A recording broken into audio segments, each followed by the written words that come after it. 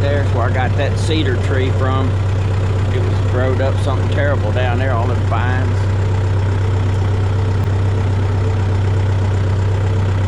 The one I'm going to at now is way down there in the bottom. Hopefully I won't get stuck.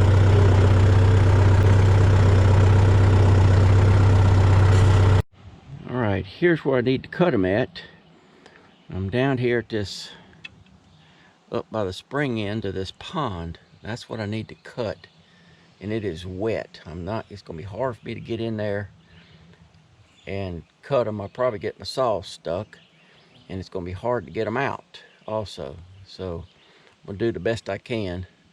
I need that one right there. I've already got started 12 foot long. I did the best I can. Or maybe it's 16 foot. I don't know what it is, but I need that one. I got about a 1 in 10 chance of this working.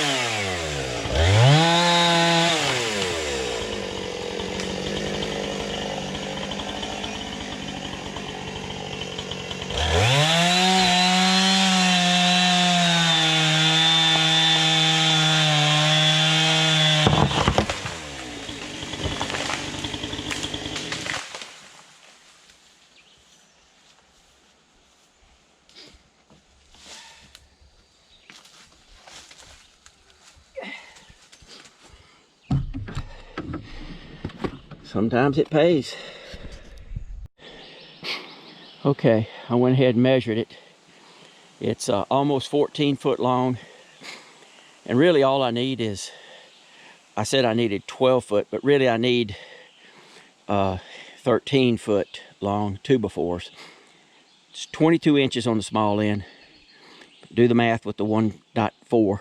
You can see I will have a 17-inch square cant the whole way. That's a lot of 2x4s. Maybe even 18 inches. I know I mentioned it before, but that's Ryan Giles' standard log skidder attachment. Now I have mine hooked up here at the top to give me more lift. His comes with a clevis pin right here, and you're supposed to hook up there, but you could see I would lose a lot.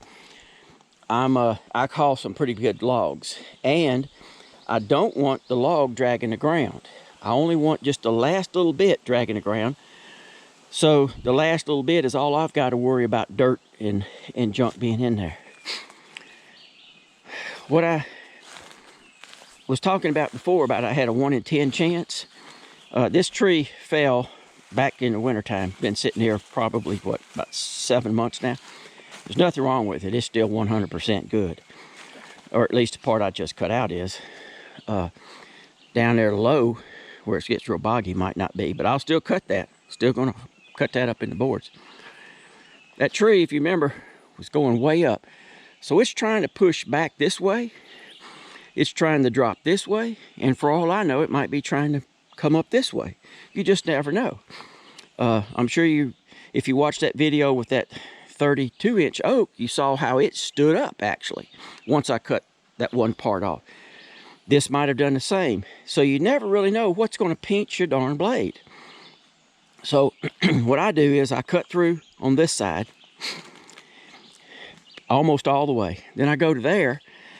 I cut down on the top, because if it falls, that's what's going to pinch. Then I cut up.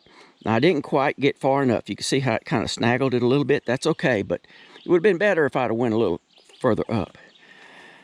That way, when this one breaks free, that one should just go ahead and snap. And that's what it did. It snapped. And it just snapped. I had too much wood left in the hinge there, if you think about it. But when it's like this, everything in the world will pinch that blade. And it don't take much. And it's, you know, and you're sitting there. And as a matter of fact, my battery's low, so I didn't have it on film. But this little piece right here, actually, it broke out of here. That was my last little piece. You can see how I was kind of cutting it at an angle, so my blade would be way over there and it wouldn't be right here. So I was undercutting it last. It still caught that doggone tooth and pinned my saw to the ground. You just really don't know what to expect. And I had to tie the chain on it and drag it out, because it's way too boggy down here. Way too. I'd have got stuck in a. I mean, I'd have got stuck easily, even that big old tractor. But if I tie the chain on it and drag it up here, and then grab it with the log grabs, then I'm a whole lot better off. Then I'm standing on good ground up here. But anyway, let me get it up there and see if I can't get it on the mill. And I might come back and push my luck and try to cut that one too. That one would be easier, because now I really don't have that. I don't have this part over here fighting against me. Once I cut that, I mean, it should just fall. And heck, I might even cut that one 16 foot long. I don't know. I'll have to think about it. If I cut it 16 foot long, it might be a little drier before I get it out. And there you can see, you can better see what I was talking about, how it snapped. And you can actually see some missing fiber. See, I can stick my whole finger up in there.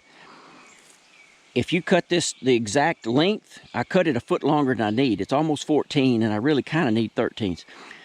So when I yanked them fibers out, see, these yanked out that far. It's going to mess those boards up if you cut this to length at the outset. So I'll cut them a little long, and then expect that sometimes, not all the time, but expect that like on this situation I did, and then I'll trim it off later and no harm done.